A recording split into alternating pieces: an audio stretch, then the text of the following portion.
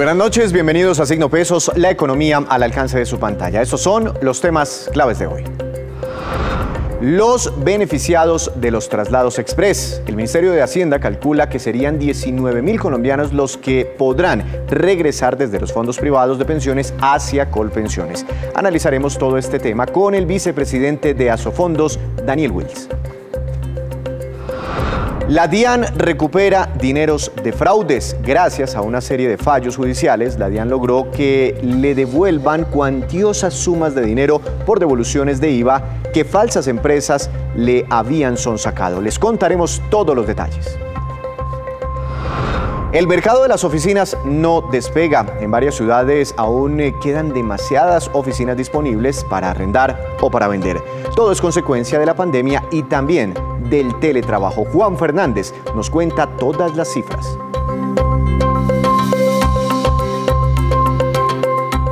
Y comenzamos esta emisión hablando nuevamente de los traslados express, porque hoy el Congreso comenzó a debatir el articulado en los debates, en las sesiones de las comisiones económicas sobre el presupuesto general de la Nación, donde se incluyó este tema. Como les anticipamos anoche, ese artículo permitiría el regreso de miles de afiliados de los fondos privados hacia Colpensiones, aun cuando estén a pocos años de pensionarse.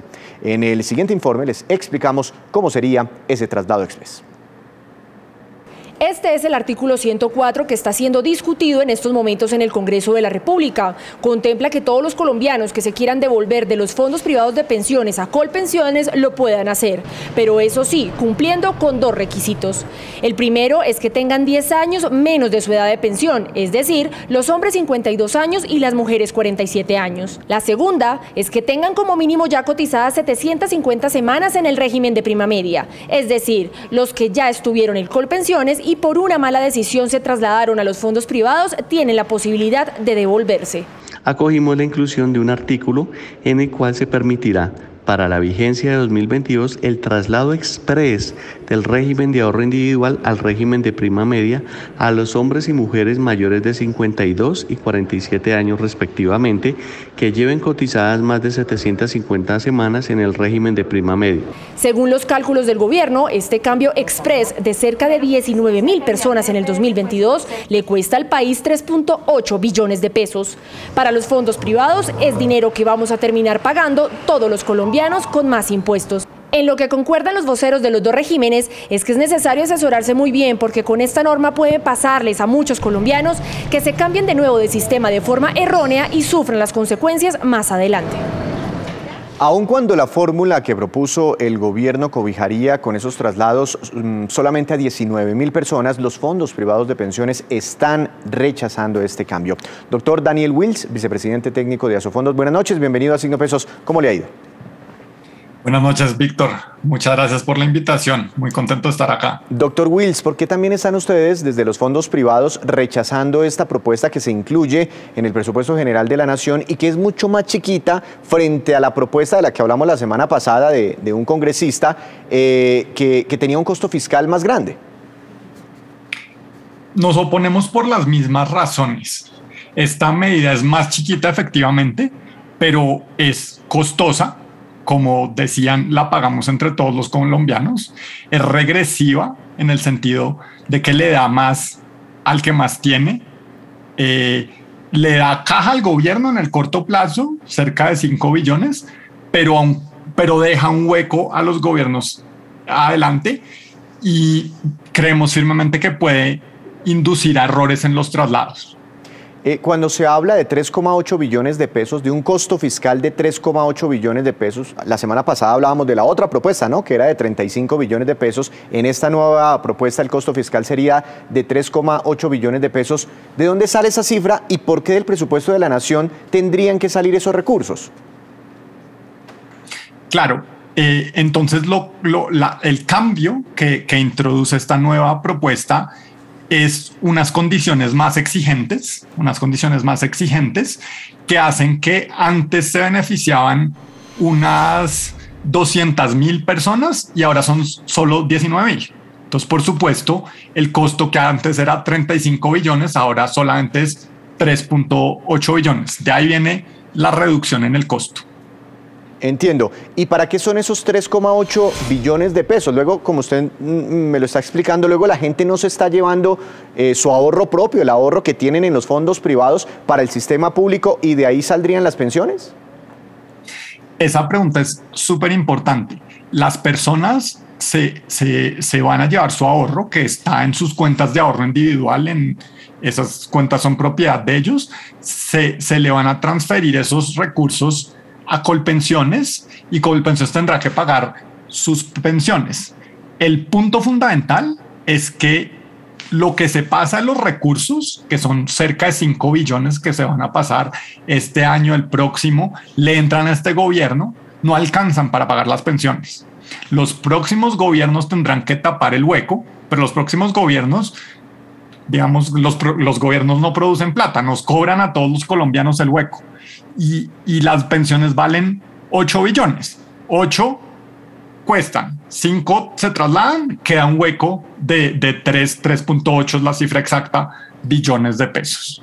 Yo estuve haciendo esta tarde un cálculo, pero pues yo la verdad no sé mucho del tema. Cogí esos 3,8 billones de pesos y lo dividí entre las 19.000 personas beneficiadas. Eso me dio una cifra promedio más o menos de 200 millones de pesos. ¿Qué quiere decir eso? Que del presupuesto de la nación van a terminar entregándoles 200 millones de pesos en promedio. Obviamente habrá más para unos y menos para otros, a cada uno de esos 19.000 colombianos.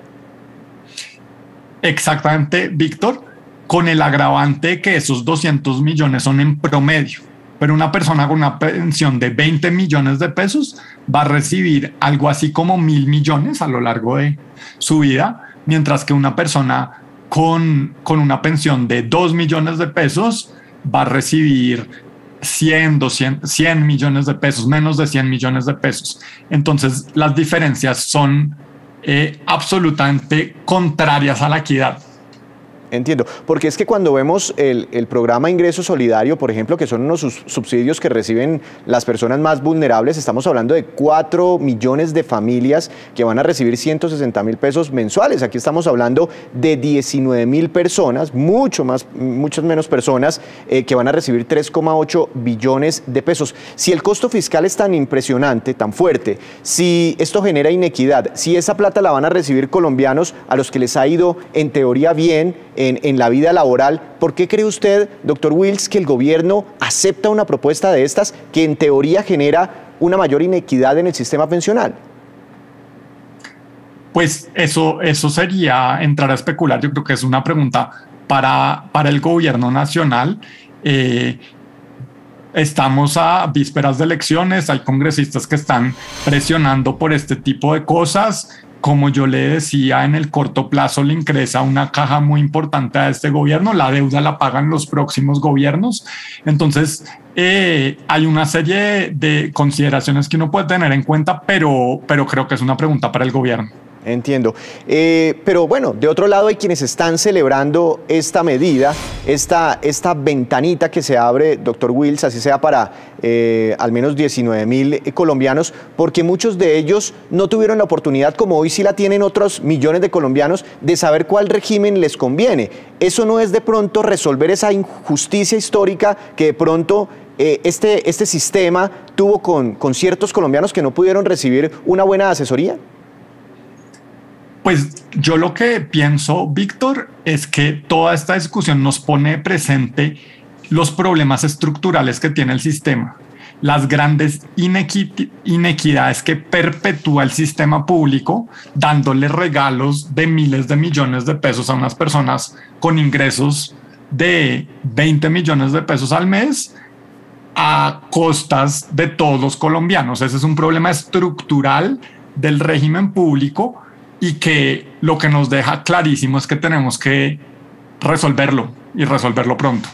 Doctor Wills, ¿cuánta plata se llevarían estos 19.000 colombianos que eventualmente se vayan, si se aprueba esto finalmente en el Congreso de la República, estos 19.000 colombianos que se vayan desde el régimen que administran ustedes hacia Colpensiones? ¿Cuánta plata se llevarían? Ellos se llevan unos 5 billones de pesos que están en sus cuentas de ahorro individual en este momento, y que se les tienen que trasladar a Colpensiones.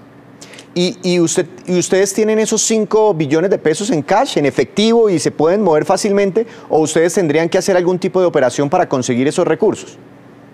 No, esos recursos están invertidos porque pues las pensiones están pensadas como inversiones a largo plazo y todo está pensado para que esto rente y se vayan generando las pensiones poco a poco en el tiempo. Entonces hay que liquidar algunas inversiones. Eso pues puede tener efectos en el mercado de capitales, pero esos recursos son de propiedad de las personas y están invertidos en títulos de deuda, en acciones, etcétera, y se pueden liquidar. No es óptimo liquidar todo de un totazo, no es deseable, eso tiene impactos. Es como cuando usted tiene un apartamento y lo tiene que salir a vender de afán. De pronto no va a conseguir el mejor precio porque está pensado para que le genere un ingreso mensual. Pero esos recursos están y son propiedad de los afiliados. Hay que ser muy claro con eso. Pero siguiendo el ejemplo, doctor Wills, cuando mucha gente tiene apartamentos y todos quieren salir a vender apartamentos, pues lo que hacen es bajar el precio, ¿no? Para lograr una venta. ¿Es posible que esto genere una caída en los precios de las acciones, esta liquidación de activos por 5 billones de pesos? Pues esa era una preocupación mucho mayor en el proyecto anterior, en el que es muy costoso, de los 35 billones. En este más pequeño, pues justamente porque es más pequeño, la preocupación es menor. Digamos que no es ideal, pero tampoco quisiera yo generar pánico. No es una situación ideal.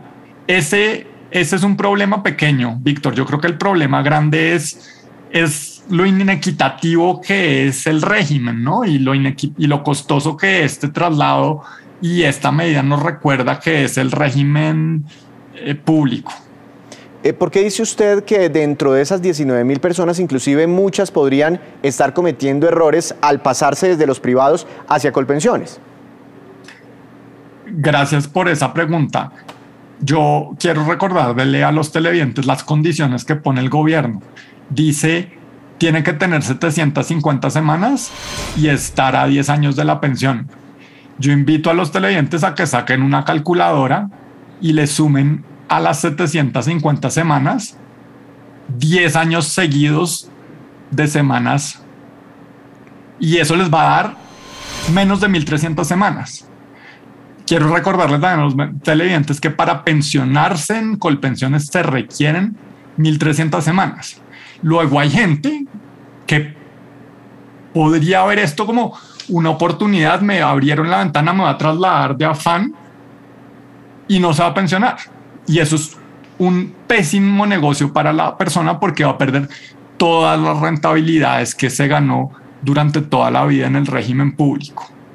Pero no le devuelven la plata allá en Colpensiones. Si no logra las 1.300 semanas, en teoría le devuelven a uno el ahorro, pues tanto en Colpensiones como en los fondos privados. Con una diferencia, eso es cierto, con una diferencia fundamental, y es que en Colpensiones le devuelven los aportes, pero no los rendimientos. Cuando usted ha tenido una plata generando rendimientos por 20 años, 30 años que lleva trabajando, esos rendimientos son muy importantes, a veces son más altos que los propios aportes. Entonces el Colpensiones le devuelven solo los aportes, esas devoluciones en promedio son de 5 millones de pesos. En el régimen privado le devuelven los aportes con las rentabilidades, que son devoluciones en promedio de 40 millones de pesos. Entonces pues esa es la diferencia y el error en el que podría caer la gente si no se asesora muy bien.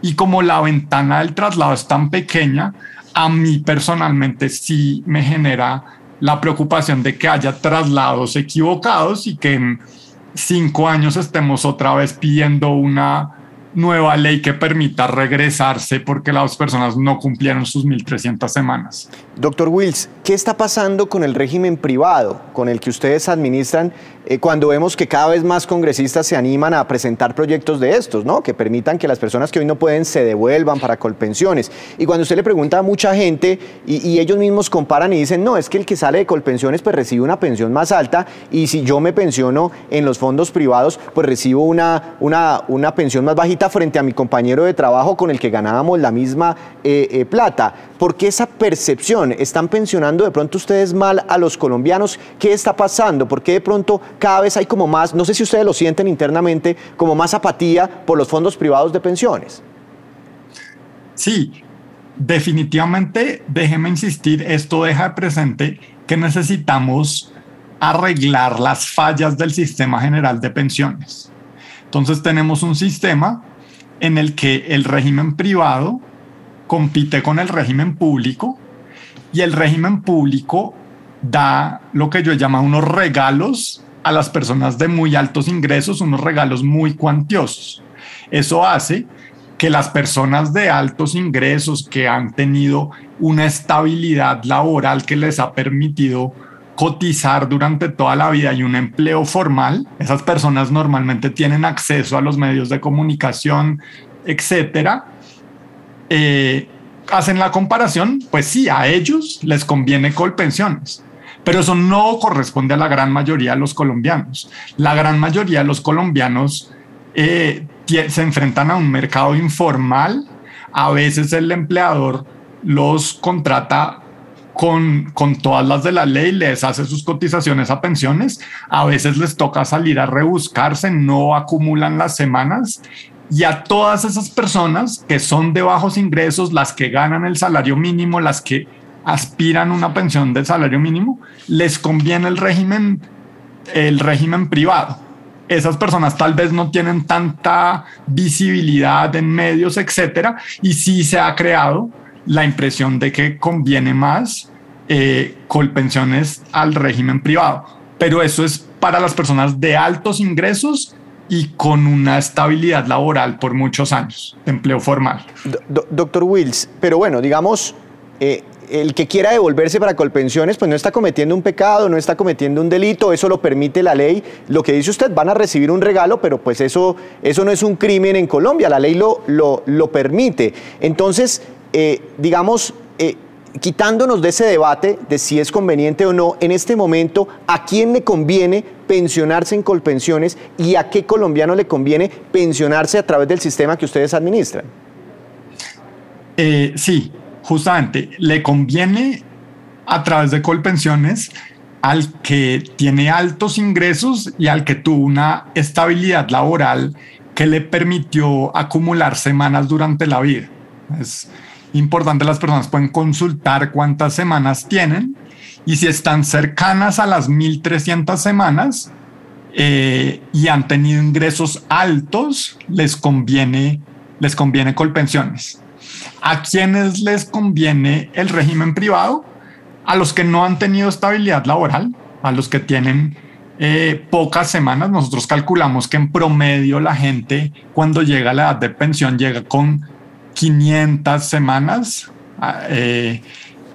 A ellos no les conviene Colpensiones, sino el régimen privado. También a las personas que aspiran a obtener una pensión cercana al salario mínimo, porque ellos van a poder pensionarse con 3 años menos en el régimen privado. Entiendo, pues es muy importante entonces que las personas conozcan esas diferencias para saber a quién realmente le conviene un régimen frente al otro, y le agradecemos, doctor Wills, por ayudarnos a entender un poco esas diferencias y también pues por ayudarnos a entender también esa reacción desde Asofondos a esta nueva propuesta que ahora cursa a través del Presupuesto General de la Nación. Feliz noche, doctor Wills, que esté muy bien. Muchas gracias nuevamente, Víctor. Feliz noche a todos los televidentes. Es sin duda el tema económico más importante de esta semana. Hacemos una breve pausa, pero cuando regresemos espere cómo ha evolucionado la confianza del consumidor según la última encuesta Pulso Social realizada hoy por el DANE. Ya regresamos. Regresamos a Signo Pesos con esta que es la cifra económica del día, 35,9 puntos y corresponde al índice de confianza del consumidor registrado en el mes de agosto por el DANE en su encuesta Pulso Social. Ese índice mejoró, dado que un mes atrás estaba en 35 puntos. La ciudad con mayor confianza de los consumidores es Cúcuta, con 41%, y las ciudades con la confianza más baja son Bogotá y Quibdó, que comparten un 30,9%. De todas formas, es la mejor confianza del consumidor en Colombia en términos generales desde que llegó la pandemia. El Estado colombiano logró, en una serie de fallos sin precedentes, recuperar 12.000 millones de pesos que habían sido defraudados por el llamado cartel de las devoluciones del IVA. El fraude se configuró por parte de personas que crearon empresas ficticias y simularon ventas inexistentes para pedirle a la DIAN la devolución de cuantiosas sumas por concepto del IVA. Veamos. La Agencia de Defensa Jurídica del Estado y la DIAN, trabajando coordinada y conjuntamente, lograron recuperar más de 12.000 millones de pesos que estaban embolatados por cuenta de la empresa criminal que se robó la plata del IVA, del impuesto de los colombianos. Esto no es solamente el monto, sino es el precedente que sirve para muchos otros casos. La Corte Suprema de Justicia ha determinado que quien comete esos ilícitos acaba pagando la reparación al Estado.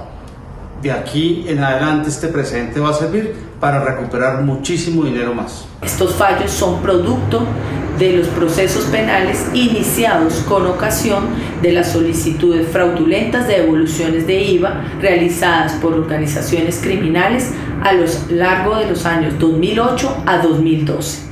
Producto de unas ventas simuladas a unas comercializadoras internacionales y compras realizadas a proveedores ficticios o inexistentes.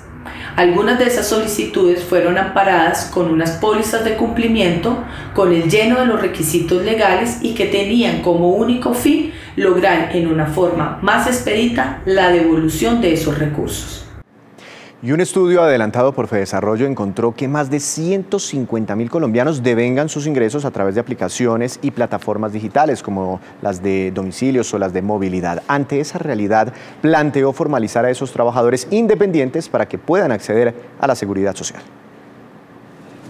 Las plataformas digitales como Uber, Rappi, iFood o Vita fueron el salvavidas para miles de colombianos que en la pandemia resultaron desempleados o perdieron su negocio. Según el estudio de Fedesarrollo, estas aplicaciones hoy emplean más de 150.000 personas en el país, con ingresos que en ocasiones superan el salario mínimo. Son de 867.000 pesos al mes por 35 horas de trabajo semanal en mensajería y domicilios, y 1.3 millones de pesos al mes por 44 horas de trabajo semanal en movilidad. Por esta razón, Fedesarrollo planteó una propuesta transitoria para formalizar a los trabajadores que prestan sus servicios en plataformas digitales, para que así puedan acceder a pagar su seguridad social, es decir, ARL, salud y pensión. Por debajo de un salario mínimo, la persona el colaborador puede voluntariamente aportar a BET, si quiere. Por encima del salario mínimo, lo que se hace es que el colaborador tiene que aportar el 15%, que es más o menos lo que cotiza una persona que se ganaría más de 2.5 salarios mínimos, y el restante, que es el faltante, eso se nutre con un fondo que resulta de una contribución de todas las plataformas. Sin embargo, aclaran que la solución real estaría en que el Congreso legisle una nueva reforma de cotizaciones independientes y establezca una pensión mínima universal para los trabajadores de bajos ingresos. Crear y fortalecer mecanismos de protección social que sean universales, garantizando un piso básico de protección social. Es decir, estos que ganan un salario mínimo, pues la solución no es ponerlos a cotizar. Es muy distinto obligar a cotizar a generar protección social. Según Fedesarrollo, en un escenario conservador, el aporte de las plataformas al Producto Interno Bruto del país es del 0.23%. Hacemos otra breve pausa, pero ya les contaremos cuáles serán las economías más grandes en el mundo en los próximos años. Hay cambios importantes. En segundos, las cifras.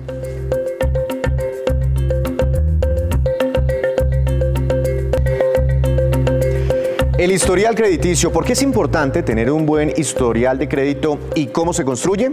Aquí se lo explico. Es una carta de presentación. Ese historial es muy importante cuando usted solicita cualquier producto para financiación. ¿Qué contiene su historial crediticio? En ese historial estará toda la información sobre sus hábitos de pago de créditos o deudas adquiridas con entidades financieras o cualquier establecimiento de crédito e incluso con los comercios o empresas de telecomunicaciones. Pero ¿esta información es siempre negativa? La información que tienen las centrales de riesgo no solo es negativa, también incluye el buen manejo que una persona tiene de sus productos de crédito, mejorando su puntaje en el score de crédito, hecho que hará más fácil que usted pueda adquirir un crédito cuando lo necesite. ¿Cómo se construye un buen historial crediticio? Para construirlo, lo más importante es ser puntual en el pago de sus cuotas. ¿Y cómo se logra esto? Para lograrlo, defina primero su capacidad de pago. En principio, sus deudas no deberían exceder el 30% de sus ingresos. Considere esto siempre para asegurar un excelente historial. Organice sus finanzas. Punto muy importante, tenga presentes los gastos fijos que debe hacer mensualmente, pues así sabrá cuáles son sus límites y tendrá muy claro si puede adquirir nuevos compromisos financieros. La importancia de pagar las deudas. Recuerde que la gran mayoría de la información que está en las centrales de riesgo es positiva. Esto significa que en general los colombianos pagan sus deudas puntualmente y así evitan cualquier problema que limite su acceso a créditos más adelante. Y a esta hora me complace mucho darle la bienvenida a nuestro compañero Juan Fernández, quien trae información empresarial. Juan, adelante con su tema. ¿De qué nos quiere hablar en la noche de hoy? Bienvenido. Víctor, buenas noches. Hoy le voy a hablar de oficinas, de cómo se está moviendo ese mercado en Colombia. Las cifras son de la sede de la compañía de servicios inmobiliarios Colliers en Colombia y son interesantes las conclusiones después de esa decisión de las empresas de empezar a regresar a sus oficinas después de implementar el teletrabajo durante la peor época de la pandemia. Dice la compañía que la tasa de disponibilidad a nivel nacional se ubicó en 10,9%, presentando un incremento de 10 puntos básicos frente al trimestre anterior al compararla pues, con el primer semestre de 2020. El tema de Bogotá, donde hay más oficinas que en cualquier otra ciudad es importante. La ciudad presenta la segunda tasa de disponibilidad más alta al llegar al 11,3% para el segundo trimestre de este año, creciendo un punto porcentual versus el primer trimestre y 3 puntos porcentuales al analizarla con respecto al primer semestre de 2020. Lo sucedido tiene que ver con que en Bogotá hubo liberaciones importantes de espacios donde, por ejemplo, los call centers cerraron sedes. La ciudad también presentó un ingreso importante en el inventario y dejó como resultado un incremento de la oferta unos 90.000 metros cuadrados nuevos. Pero Juan, ¿tiene cifras de otras ciudades además de Bogotá? Sí, fíjese de ciudades como Medellín, que tienen cifras positivas y estables en cuanto a la absorción. Cuenta con una tasa de disponibilidad relativamente baja al ubicarse al 6,9%, tiene aproximadamente unos 6.000 metros ocupados. Barranquilla tuvo una mejor dinámica de la que presentó al inicio del año y logró disminuir su tasa de disponibilidad y quedar en el 18,8% en el segundo trimestre. En el primero estaba en niveles superiores al 21%. Para terminar esta movida, Víctor, Cali, donde la ciudad pues, registró una oferta de espacios disponibles cercana a los 17.600 metros cuadrados. Juan, muchas gracias. Lo esperamos mañana con más movidas empresariales. Porque ahora vamos con estos que son los indicadores económicos que usted siempre debe conocer antes de irse a dormir. Tasa representativa del mercado que regirá para mañana será de 3.834 pesos con 66 centavos. Bajó 9 pesos con 11 centavos el dólar. El petróleo Brent de referencia para Colombia tuvo un incremento superior al 2,4%. Se ubicó por encima de los $76 por barril. El precio interno del café colombiano subió y quedó en promedio para mañana a 1.675.000 pesos por carga. El índice MSCI Colcap de la Bolsa de Valores de Colombia subió, tuvo un incremento del 0,68%. La acción más valorizada fue la de Canacol Energy con una ganancia del 3,34% y la acción que más cayó fue la de Conconcreto que tuvo un retroceso de 1,16%. Y antes de despedirnos, los dejo con este dato. Los estimativos del propio Fondo Monetario Internacional señalan que en el año 2024, no muy lejos, las economías más grandes del mundo, medidas por su Producto Interno Bruto, serán estas y en este orden: China, desbancaría a Estados Unidos. China en primer lugar, después Estados Unidos, después India, más abajo Japón, Alemania, Rusia, Indonesia y el país latinoamericano más importante, más grande del mundo en términos económicos será Brasil. Así terminamos por hoy, los esperamos mañana con una nueva emisión y toda la información económica que usted necesita saber. Eso es Signo Pesos, la economía al alcance de su pantalla. Que tenga una feliz noche.